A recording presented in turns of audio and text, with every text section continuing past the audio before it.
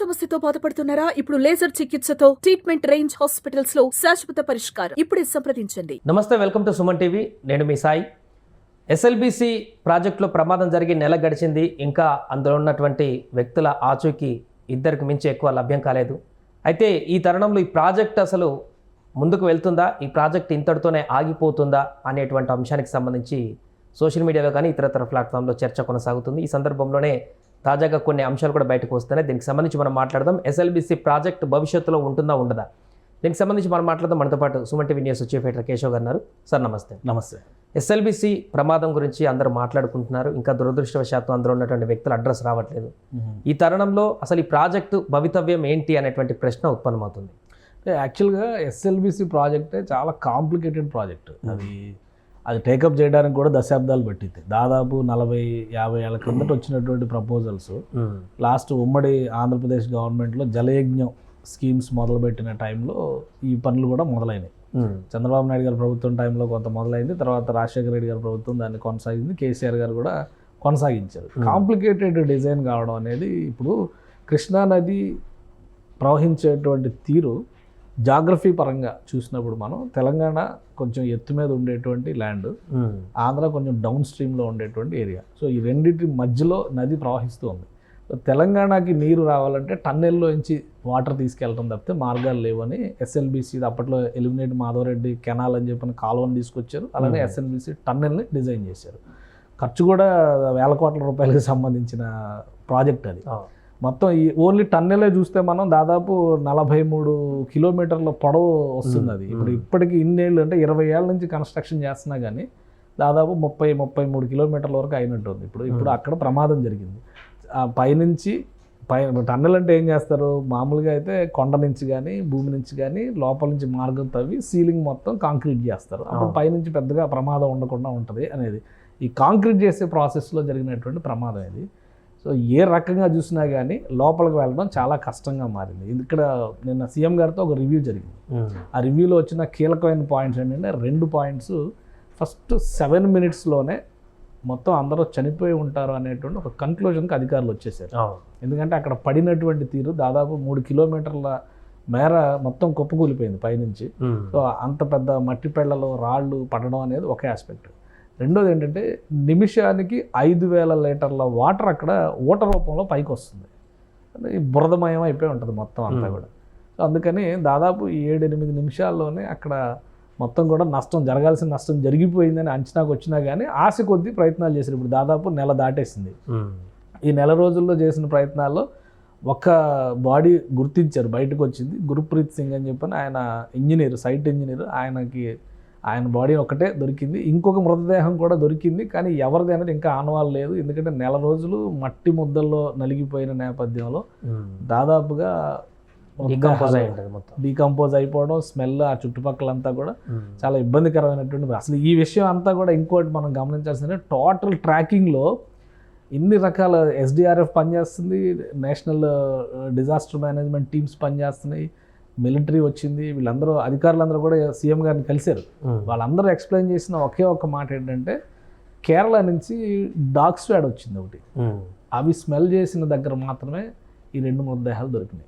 కాగువార్ dogs ఏవో ఉన్నాయి, కొత్త ఇవి అనమాట, స్పెషల్ ట్రైన్డ్. వాటిని ప్రత్యేకంగా అక్కడి నుంచి తీసుకొచ్చారు, ఫ్లైట్లో తీసుకొచ్చారు వాటిని స్పెషల్గా. అవి గుర్తించిన ప్రాంతంలోనే ఈ మాత్రమైనా కానీ తవ్వకం చేసిన సందర్భంలో ఒక కాలు బయటపడింది. అది ఎవరి మృతదేహం అనేది ట్రేస్ చేసేటువంటి ప్రయత్నం జరుగుతుంది. చాలా కాంప్లికేటెడ్గా ఉంది సిచ్యుయేషన్. అయితే ఎవరు కూడా బతికి ఉండేటువంటి ఆనవాళ్ళు అయితే కనిపించడం లేదు. ప్రస్తుతానికి నీటి ఊటలు ఎక్కువగా వస్తున్నటువంటి నేపథ్యంలో సహాయ చర్యలకు కూడా చాలా ఇబ్బంది జరుగుతుంది. అఫీషియల్గా ఏమీ చెప్పకపోయినా కానీ అన్అఫీషియల్గా అక్కడ ఉన్నటువంటి వెసులుబాటుని బట్టి మాత్రమే ఈ అన్వేషణ కార్యక్రమం జరిగేట్టుగా కనిపిస్తుంది. కాబట్టి ఆ ప్రమాదానికి గురైనటువంటి దాదాపు 40 మంది దానిలో వెళ్ళారు. 8 మంది పూర్తిగా ఇరుక్కుపోయారు. సో ఒక 2 మృతదేహాలకి సంబంధించి క్లారిటీ వచ్చిందంటే మిగతా 6 కూడా మరణించి ఉండవచ్చు అనే ఒక అంచనాతో ప్రభుత్వం ఉంది. నిపుణులు చెప్పిన దాని ప్రకారం ఇది ఒకవేళ మృతదేహాలను బయటకు వచ్చినా కూడా దీన్ని మరలా టన్నెల్ తవ్వుకుంటూ వెళ్తే భవిష్యత్తులో ఇంకా ప్రమాదాలు ఉంటాయా అనేటువంటి ఒక ప్రశ్న లేవనెత్తుతున్నారు. సో ఈ తరుణంలో ఇది ప్రాజెక్టు ముందుకు వెళ్తుందంటారా? ఇంత భారీ ఊట వస్తున్నప్పుడు తవ్వుకుంటే ఒకవేళ కంప్లీట్ చేసినా కూడా భవిష్యత్తులో ఆ కొండల మధ్య పెచ్చుల మధ్య కదలికలు జరిగేటువంటి అవకాశం కూడా ఉందంటూ కూడా అనుమానం ఖచ్చితంగా ఉంటుంది. ఎందుకంటే అది ఆ ఉన్న లొకేషన్ కూడా అలాంటిది. చూడండి, ఇప్పుడు నాగర్ కర్నూలు మండలం అమరాబాద్ అంటేనే అది టోటల్ ఫారెస్ట్ ఏరియా. శ్రీశైలం వెళ్ళే వాళ్ళు ఎవరైనా ఆ రూట్ లో ఇచ్చే వెళ్ళాలి. మీకు ఆ రూట్ చూస్తేనే ఎంత డీప్ లోపలికి మనం కర్వ్స్ వెళ్తా ఉంటాయో మనకు అర్థం అవుతుంది. కానీ చాలా కాంప్లికేటెడ్ అది. కాకపోతే ఏంటంటే అప్పట్లో ఇచ్చినటువంటి ఇంజనీర్లు ఇచ్చిన భరోసా కూడా ఏంటంటే వన్స్ ఒకసారి కన్స్ట్రక్షన్ చేసుకుంటూ ముందుకెళ్తే సమస్య రాకపోవచ్చు అనుకున్నారు. బట్ గ్రౌండ్లోకి వెళ్ళే కొద్ది అంటే అక్కడ ఇంకా ముందుకు వెళ్ళే కొద్ది ఏంటంటే నీటి ఓటలు ఎక్కువగా వస్తున్నాయి అంటే ఖచ్చితంగా అది భవిష్యత్తులో ఇబ్బందికరమైనటువంటి పరిస్థితులకి దారితీసే అవకాశం ఉంది. సో ఇది ఇప్పుడు మన దగ్గర అంత టెక్నాలజీ కూడా లేదు. డైరెక్ట్గా మనుషులను పంపించకుండా మిషనరీతో కన్స్ట్రక్ట్ చేసేటువంటి వెసులుబాటు కూడా లేదు. అసలు బాడీస్ అన్వేషణ చేయడానికే రోబోలను తీసుకొద్దామని కూడా ప్రయత్నాలు చేశారు కదా. సో ఆ టెక్నాలజీ లేదు. కాకపోతే ఎలా ముందుకు వెళతారో, అక్కడ వచ్చేటువంటి వాటర్ సోర్స్ కెపాసిటీ ఏంటి, నిజంగానే ఒకవేళ వీళ్ళు ఎక్స్కవేషన్ చేసుకుని ముందుకు వెళ్ళిపోతే ఇబ్బంది ఉండని పరిస్థితులు ఉంటాయా, లేదా ఇంకా ఫర్దర్గా వాటర్ జనరేట్ అయ్యే నిమిషానికి 5,000 లీటర్లు అంటే ఎంత పెద్ద ఎత్తున వాటర్ వస్తుందో చూడండి. ఒక స్ప్రింగ్ లాగా వస్తున్నట్టే లెక్క అక్కడ. అది కొంత ఇబ్బందికరమైంది. సైంటిఫిక్గా అధ్యయనం చేసిన తర్వాత దాని మీద ఒక నిర్ణయం తీసుకునే అవకాశం ఉంది. ముందైతే ఉపశమన చర్యలు, జరిగిన ప్రమాదానికి అడ్డుకట్ట వేసేటువంటి క్రమంలో ఎలాంటి జాగ్రత్తలు తీసుకోవాలనే దాని మీదే ముఖ్యమంత్రితో సమీక్ష కూడా జరిగింది. అలానే మిలిటరీ అధికారులు ఇచ్చినటువంటి సజెషన్స్ ప్రకారం కూడా అక్కడ ఇంకో విషయం ఏంటంటే, ఇప్పుడు మనం ఇంకొక 2 రోజులు 3 రోజులు ఆగితే డీప్ సమ్మర్లోకి వెళ్తాం మనం. అప్పుడు కొంత నీటి ఊట తగ్గేటువంటి అవకాశం ఉండొచ్చు. కానీ 4 రోజులు అయిపోయింది కాబట్టి బాడీస్ గురించి మనం పెద్దగా ఆశ పెట్టుకోవడానికి అవకాశం లేదు. ఫర్దర్గా కన్స్ట్రక్షన్ చేయడం గురించి ఒకటి ఆలోచించాలి. ఎందుకంటే ఇప్పుడు పోలవరం ప్రాజెక్ట్ కన్స్ట్రక్ట్ చేస్తున్నారు. పోలవరం ప్రాజెక్టు నిర్మాణం కేవలం సమ్మర్లోనే జరుగుతుంది. మీరు అబ్జర్వ్ చేస్తే వాటర్ ఫ్లో తక్కువ ఉండేటువంటి సీజన్స్ నవంబర్ నెల నుంచి మే వరకే అక్కడ నిర్మాణం జరుగుతుంది. మిగతా అంతా కూడా నిర్మాణం ఉండదు. ఎందుకంటే అప్పుడు గోదావరి చాలా ఉగ్రరూపంతో వచ్చేటువంటి వరద గోదావరి వచ్చిన తర్వాత ఏ పనులు జరగవు. ఒక 5-6 నెలలు దాదాపు పనులన్నీ కూడా పక్కన పెట్టేస్తారు. అప్పుడంతా ప్లానింగ్, దానికి సంబంధించి ఇప్పుడు రీహాబిలిటేషన్ వర్క్స్ వీటిపైన ఫోకస్ పెడతారు. బట్ ప్రాజెక్ట్ కన్స్ట్రక్షన్ వచ్చేసరికి నవంబర్ నుంచి ఏప్రిల్ మే వరకు జరుగుతుంది.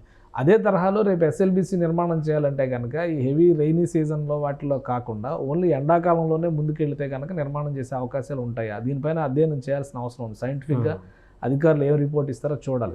ఇది కాకుండా వేరే లైన్ ఇంకోటిది చెప్దామని, వేరే రూట్లో వెళ్దామని చెప్పేసి కూడా ఒక ప్రణాళిక చెప్పినట్టుగా చెప్తున్నారు. లాస్ట్ ప్రణాళికలో ఫస్ట్ ఇచ్చినటువంటి ప్రపోజల్స్ లోనే ఈ ఆల్టర్నేటివ్ రూట్ ప్రపోజల్ ఉంది. టన్నెల్ ఏర్పాటు చేసేటువంటి కెపాసిటీ ఉంది. ఇప్పుడు టెక్నాలజీ కూడా మారిపోయింది కాబట్టి టన్నెల్ వేస్తే షార్ట్ కట్ అవుతుంది, ఇంకా తొందరగా మనం వాటర్ సోర్స్ని తెచ్చుకోవడానికి అవకాశం ఉంటుందనే దాంతోనే టన్నెల్ నిర్మాణ ప్రక్రియ అనేది మొదలైంది. సో ఇప్పుడు టన్నెల్ 43 కిలోమీటర్లు నిర్మాణం చేయాలంటే దాదాపు 33 కిలోమీటర్లు, ఇంకా 10 కిలోమీటర్లే తవ్వాలి. సో 10 కిలోమీటర్లకి ఆపేసి మళ్ళీ ప్రత్యామ్నాయ ప్రణాళిక వెళ్తే ఇప్పుడు దాదాపు 4-5 వేల కోట్ల రూపాయలు ఖర్చు అయింది. ఇదంతా బూడిదలో పోసిన పన్నీర్ అవుతుంది. అందుకనే సమ్మర్లో ఏంటంటే వాటర్ లెవెల్స్ తగ్గుతాయి. వాటర్ లెవెల్స్ తగ్గినప్పుడు సైంటిఫిక్గా అక్కడ హైడ్రాలజీ స్టడీ చేయాల్సినటువంటి అవసరం ఉంటుంది. దాని ప్రకారం అధికారులు ఏం సజెస్ట్ చేస్తారు? ఇప్పుడు జరిగిన పని చూస్తే 20 ఏళ్లలో జరిగిన పని కూడా చాలా తక్కువే జరిగింది. సో అలాంటప్పుడు పోలవరం తరహాలో ఇక్కడ కూడా సమ్మర్లోనే కన్స్ట్రక్షన్ వర్క్ను ముందుకు తీసుకెళ్లేటువంటి అవకాశాలు ఎంతవరకు ఉంటాయి? సో అలా చేస్తే ఎన్ని రోజుల్లో పూర్తి చేయడానికి స్కోప్ ఉంటుంది. వీటిపైన కూడా అధ్యయనం చేస్తారు.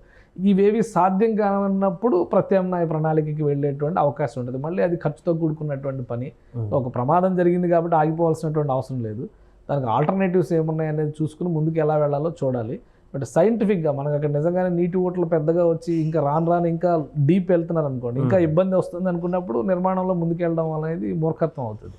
కాబట్టి ఒక సైంటిఫిక్ స్టడీ అయితే ఖచ్చితంగా జరగాల్సిన అవసరం కనిపిస్తుంది. అంటే ఇప్పుడు జరిగినటువంటి ప్రమాదం కానీ అక్కడటువంటి పరిస్థితుల కారణంగా ప్రభుత్వం ఇంకా రిస్క్ తీసుకోదలుచుకోలేదు. ప్రస్తుతానికి రేవంత్ సర్కార్ దాన్ని హోల్లో పెడుతుంది లేదా మొత్తానికి ఆపేస్తుంది అనేటువంటి ఒక చర్చ కూడా వస్తుంది. అలా జరిగేటువంటి అవకాశం పొలిటికల్గా చేసేటువంటి విమర్శలు. ఇప్పుడు ప్రభుత్వం మొండిగా ముందుకు వెళ్ళాలని ఎప్పుడు నిర్ణయం తీసుకోదు. అట్ ద సేమ్ టైం అక్కడ విజిలెంట్గా ఉండి అక్కడ ఉండేటువంటి పరిస్థితులకు అనుగుణంగా నిర్ణయం. ఇప్పుడు అక్కడ ప్రాణ నష్టం జరిగింది కాబట్టి ఖచ్చితంగా ప్రభుత్వానికి కూడా అది ఇబ్బందికరమైంది. పైగా చనిపోయిన వాళ్ళందరూ బీహార్ ప్రాంతానికి చెందిన వాళ్ళు, ఉత్తరాది వాళ్ళే చనిపోయారు. సో అక్కడ సీరియస్గా సెంట్రల్ గవర్నమెంట్ సపోర్ట్ కూడా తీసుకోవాల్సిన పరిస్థితి కనిపిస్తుంది. ఇప్పటికిప్పుడు మృతదేహాల అన్వేషణ అనేది ఆగిపోవచ్చు, కానీ ప్రాజెక్టే ఆగిపోతుంది అనేది మాత్రం అది తొందరపాటు నిర్ణయంగా కనిపిస్తుంది. కొంత స్టడీ చేసిన తర్వాత దానికి ఉన్నటువంటి ప్రత్యామ్నాయ అవకాశాలను పరిశీలించిన తర్వాత వాతావరణ పరిస్థితులు ఎంతవరకు సహకరిస్తాయి, ఎండాకాలంలో చేయడానికి ఎంతవరకు స్కోప్ ఉంటుంది, దాన్ని బట్టి ఫర్దర్గా ముందుకెళ్ళేటువంటి అవకాశాలు ఉంటాయి. మొత్తం ప్రాజెక్టే వదిలేసి మళ్ళీ ప్రత్యామ్నాయం మీద పనిచేస్తే కనుక ఇంతవరకు ఖర్చు పెట్టిన డబ్బు అంతా కూడా వృధా అయిపోయినట్టే కదా. పైగా ఏంటి, ఆల్మోస్ట్ 70% కంప్లీట్ అయినట్టు. ఈ దశలో వదిలేయడం కూడా తెలివైన నిర్ణయం కాదు కదా. అందుకని వీటి అన్నిటినీ ఒకసారి పరిశీలించి సైంటిఫిక్గా అధ్యయనం చేసిన తర్వాత నిర్ణయం తీసుకునే అవకాశాలు కనిపిస్తున్నాయి. Right sir. అది ప్రస్తుతం ఎస్ఎల్బిసి ప్రాజెక్టుకు సంబంధించి వివిధ మాధ్యమాలలో వ్యక్తమవుతున్నటువంటి అంశం, ప్రాజెక్ట్ ఇక మూసివేస్తారనేటువంటి చర్చ.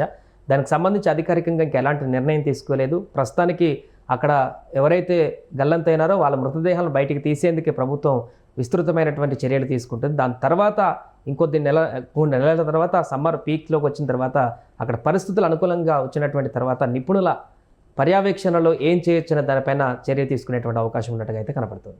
సుమన్ టీవీలో మీ పర్సనల్ అండ్ బిజినెస్ ప్రమోషన్స్ కోసం కింది నెంబర్కి కాంటాక్ట్ చేయండి.